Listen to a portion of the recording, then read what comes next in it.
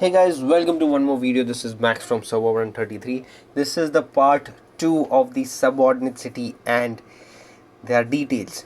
The part 1 I covered about what is a subordinate city, how to capture a subordinate city, how to unlock multiple subordinate city slots, what are the qualities of the subordinate city, how to upgrade your subordinate city, your main sub city, and the more details about it. I also covered up in short, very quick. I also covered up about the mayor that you can assign in the subsidy, about the orientation, which is economy, balance, and war, about the buildings, troops, and what cultivation is needed on the general to improve the subsidy development. I forgot to cover one thing is the research that you can do in your subordinate city. You have an option in the academy which says subordinate city. So these are some of the researches that you can do to improve the quality of your sub city. I am yet to work on these researches as I'm currently only working on the medical. I target to max the medical as I reach the higher level of the keep. Now coming to the very important part, the subordinate city culture and their buffs.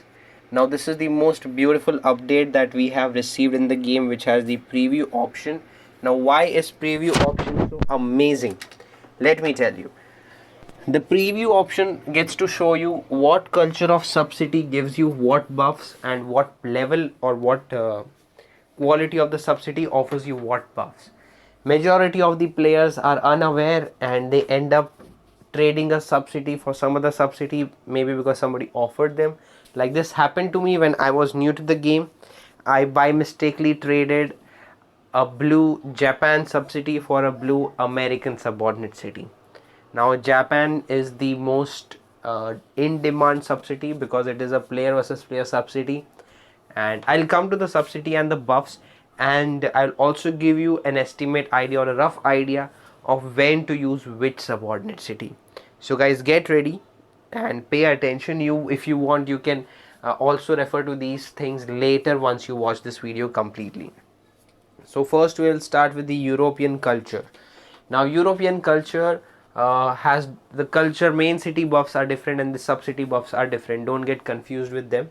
Now European culture, again there are 5 types: the common, uncommon, excellent, legendary, and epic. We'll start with the common, which is the white in color. So if you have got European subordinate cities on your account, you will get 3% construction speed, you will get general EXP from monster kill, you will get subordinate city speed, troop training speed as 2%, your debt into survival rate in the subordinate city as 2%. Now the first two buffs keep changing as per the culture, and the last two buffs, they are common throughout all the cultures. It is just the value of the buffs improve with the change in the quality of the sub. Now this is common. Then there is uncommon, which gives you 6% construction and 4% monster kill EXP. The excellent gives you 9% construction and 6% monster kill EXP on the general. Then the legendary gives you 12 and 8. The epic gives you 15 and 10. Now let's understand the use of subordinate city Europe and when to have it. Now my secret of growth is I have got a bunch of subordinate cities shared amongst a group of my friends. So how does it work with us? When we are planning to work on resources, maybe gathering or resource production or troop training, or what do we say, construction or research, we plan out in advance who is going to take which subsidy as a team, and we decide the exchange or the swaps of subsidy as per that. So now as we have got the speed up consuming event return, I had borrowed American subordinate cities on my keep. We have around 2 golden American subordinate cities and a bunch of purple, so that gives me a good research speed, so which I could complete a good number of researches with less amount of speed ups, because all of my subordinate cities were America and they had a good research buff. Now Europe is subsidy that you should have during the resource consuming event. If you are not training troops, if you are, so there are two ways of consuming resources. One is by training troops and the other one is by building or construction. So if you're working on construction, you should have Europe. because that's going to reduce the construction time. And imagine if you have got the purple subsidies or golden subsidies, it gives you 15% construction speed. My dear friends, 15% is as good as making your 100 days construction to 85, and that's a good amount of speed ups being saved. And when you reach to keep 34 to 35, that's when you're starting upgrade. You're going to need lots and lots of speed ups, and if you have four European subsidies which are purple or gold, you will be saving a hell lot of speed ups. So guys, that is something that you can do. Now, well, just for one last time, the Europe culture is best for your construction. Always. You can always keep swapping the subs with your friends. And as I told you in the previous video, if you abandon the subsidy and then capture it again, the level of the subsidy gets resumed from where you left it. So if somebody else also captures it and then once you take it back from them, the level resumes from where you leave it. China, one of my personal favorites and a subsidy that I recommend players from an active alliance to hold. What is the benefit of the China subordinate cities? The reason we need China is it gives you a passive resource production, troop training speed. Now, what is a passive resource production and why is it needed? So if your in-city tiles are of max level, like my account has level 33 in-city tiles. My keep is 33 and my in-city tiles are 33. However, my other buildings are still struggling between level 28 to 33 because I have focused on the tiles than the other buildings, which is not always recommended, but then this is a style that I chose to use. So your in-city tiles, if they are high in level, this subordinate city is going to give you a good resource production buff. Because I do not get time to gather, I am most of the time online and joining rallies. I don't have a free march to gather. So I prefer to use China subordinate city. Sometimes when I am occupied into some events or shows or somewhere I may not be able to play actively or join rallies, that's when I gather, and which happens often. But that doesn't insist me to switch my culture from China to Korea. We'll come to the Korean culture again after this. Now, even in China, there are multiple qualities. There is epic, then there is legendary, then there is excellent, uncommon, and common. So, guys, if you are looking out for a passive resource production, China is good. If you do not get blue, purple, gold, you can start with green, and maybe find somebody who's willing to trade with you. Give them some resources, maybe stamina, and take the subsidy. Now, always remember, check with people around in your alliance, check with the people that you trust about what subsidy is best for your game. I will give you recommendations as per my opinion, because what works for you may not work for others, what works for others may not work for you. So keeping in mind, this is my game style. I would like to go for all China because I'm a passive. I need passive production because I keep joining rallies. The next we'll look at is Japan. As I said, one of the best PvP subs, player versus player subs. It says main city attacking troops attack, research factory material production, training speed and war tactics, which are the last two buffs are same. So the main city attacking troops attack is the most important buff. Now, why do we need this buff, or why this buff is really important? So let's say when you're doing a player versus player, when you're attacking an enemy, these buffs apply to all the four types of troops, not just one specific troop. It applies to all the troops, let it be siege, mounted, range, ground. They all will have a bonus attack. Now, you may not find Japan gold very easily. It's like next to impossible to find it. Let's not even talk very easily. It's next to impossible to find it. But if you find even the green or the blue, and if you get it, never let go of it. My dear friend, never. No matter whatever may happen, do not leave the subordinate city Japan. I have done this mistake and I regret for the rest of my life. I wouldn't want any one of you to do the same mistake ever in your life. Next, I have got the legendary of Japan, which gives you 8%, and the epic gives you 10%.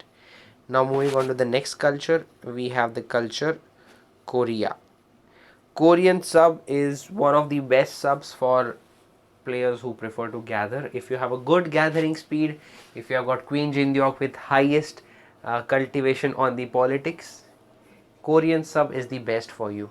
Now there is a video that I have made about how to increase your gathering speed, in which I have covered some of the generals, the gathering, the speciality, and Queen Jindyok has a buff that gives you 40% bonus resources while you return from the world and 20% from the alliance farm. But the Korean subsidy only gives you bonus on the resource gathering from outside, not from the alliance farm. Now looking at how does this work. So whenever you have the Korean subordinate cities, whatever resource you gather, the moment your troops return back to your city, they will come back with bonus resources. So even if you have the green, you will get 6% bonus. If you have blue, you will get 9%. You have purple, you will get 12%. You have gold, it will give you 15%. And main city warehouse capacity plus 30%, which is something that rarely people need. This buff or this feature, people rarely need it. Actually, I have never come across any of these situations where you need the main city warehouse storage capacity. This is basically to increase the upper limit of the resources that you can gather and store in your main city. A lot of players who happen to play passively, kind of farm villa, they might need this because and I also recommend people to have this if you are in a medium active alliance or if you are a moderate active player, because what happens is, if you are not joining rallies every day, you will have a free march. You should use that march, send them to the gathering and get the resource bonuses. That's what I would do if I would be in a medium active alliance. The next is American. American subordinate cities offer two buffs. One is the monetarism, which gives you bonus gold production. The other is scientific experiment, which gives you bonus research speed. Now, if you are not able to kill Vikings or somehow not active in joining Viking rallies, American subordinate city you should have, because that's going to give you bonus gold production. And the most important buff is scientific experiment, the research speed. My dear friends, this is as good as the European subsidy, but for research. European is for construction, America is for research. So you have the white, the green, the blue, purple and gold, which is the common, uncommon, excellent, legendary, epic. Choose the quality, do the thing. The next I have on the list is Russia. Russian subs are also the one of the best PvP subs. Now, when is Russian useful? When you are doing an attack, you need Japan, because that's going to give you higher hitting on the enemy. But when you are defending, you need Russia. What is the benefit of having the Russian culture subordinate cities? So many of us players, when we are playing on defense, we need a subsidy that helps us to give damage to the enemy. Now I always recommend players to go for Russia over Japan. The reason I would tell you to do that is very simple. After you reach a certain level and your defending general buffs are good, your cultivation is good, your gear refining is done very well, and if your power is 500, 600 million or above, when somebody is coming and giving you a hit, they will have an attack lost, of course, first of all, but at the same time your troops will give a drastic damage to the enemy. So because of which you will be losing less troops and he'll be losing or she'll be losing more troops. So the amount of points that get exchanged, you will have a much higher value in advantage because of the attacking that your defending troops do, or the damage that your defending troops do because of the Russian sub. The second benefit is trap attack. Now this is one of the best features that I find in the subordinate city. If you have the general Litonkit, that has 60% trap triggering rate when he is the defense general, and in that case, if you have got Russian culture subsidies on you, my dear friend, you are one of the best defenses on the server. However, your buffs are necessary. Without the buffs, your subsidy is of no use. Without the buffs, your general is of no use. So you need the buffs, you need the research, your defense research, You need the general with the best gearing, the right skill books, choice of skill books, and then place him on the sub city and watch him ruin the enemy. That's how it goes. The last but not the least, actually the least by the way, the last subsidy we have on the culture is Arabia. Now guys, Arabia is the one which is very least valued, but actually Arabia is a very serious subordinate city. People don't know the importance of it and people ignore it, but Arabia is one of the best PvP subs. There are 3 PvP subs, so all 3 are best by the way, the Japan, Russia and Arabia. I personally would tell you that if you get a chance to get a golden Arabia, grab it. Now, what is the benefit of a golden Arabian subsidy, or what is the benefit of an Arabian subsidy? First of all, it will give you the hospital capacity boost. Now, you might be thinking the bonus of hospital capacity. For a keep level 25, 27, hospital capacity does not make much difference because the number of troops that you have are less, or the number of troops that you train are less. But when your keep becomes level 35, let's not even talk about 35, your keep becomes level 30, the hospital capacity, the hospital research plays a vital importance. And imagine if your hospital capacity is boosted by even 10% or 9%, it's gonna make a huge difference.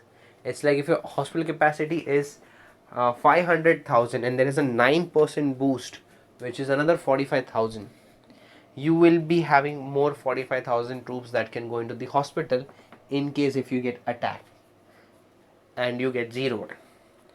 The second buff is the medicine and pharmacy, which is the healing speed. Now for players who are the carries of the alliance, who keep hunting bosses or keep killing monsters, I would always recommend you to have Arabian subordinate city culture. Now why do you need this? Because you will be the ones going out of the way and taking wounded for the team, taking damage for the team. So you should have the Arabian culture subordinate cities on your keep. And the reason you need Arabian culture subsidies is they give you a good recovery speed, healing speed. Because once your keep reaches level 33 and you start training T12, 32 and start training T12, T13, T14 troops, as you get higher to K35, you get T14 unlocked over there. But when you start training the T12 troops and T14 troops, these troops need a lot of healing speed ups to heal. So you can save on that cost with the Arabian subordinate city, because these speed ups is important. Resources, there's a research that can help you reduce the resource cost, and there's a talent that can help you reduce the resource cost for healing up to minus 90%. But then the healing speed is affected by the Arabian culture. So guys, this is all that I have to say about the subordinate city culture and their buffs. Remember, these last 2 buffs, they are the same in all the subcities. Only the value keeps increasing with the quality of the subcity. If it's a low quality, the value is low. But I always recommend, if you get a chance to grab a blue, purple or gold, do not miss it. If you are in a server that says there is a truce on the subcity, guys, leave that server, because there is no way you are going to grow without a subcity. Now a lot of people ask me, what is the secret of my fast growth? It is the constant change in the subcity as per the need of the development. When I am doing construction, I make sure that I change my subsidies to Europe and I borrow golden Europes from the server. If I want to do research, I take America. If I want to have resource production, I take China, which is always there or almost always there. If I want to do troop training, it is China. If I want to gather resources, it is Korea. If I want to play on defense, it is Russia. If I want to play on attack, it is Japan. And if I am somebody who is in the PvP or who is into killing monsters and bosses, you should have Arabia. Now with this, I conclude today's video. Guys, thank you so much for tuning in. This is the part 2 of the subordinate city. Before I leave, I would like to thank you all for helping me come up to here. I am quite close to the part where I will be getting a chance to broadcast the Battlefield All-Stars match live for you people. All I need is you guys to push my subscribers to 1000. I am currently somewhere in the range of 350. So simply just share the video, ask people to subscribe, so when the time comes, I will be able to broadcast the matches live on the YouTube from my phone, from my devices. The other benefit I'll be having is I'll also be able to showcase my gameplay of BOG and BOC. So guys, with this, once again a huge thanks for all of you for tuning in. Subscribe to the channel, share the video, help me to grow, and I will make sure that I answer all your questions as I get to know them. So with this, I sign out. Thank you so much for tuning in. This is Max from Servo 133.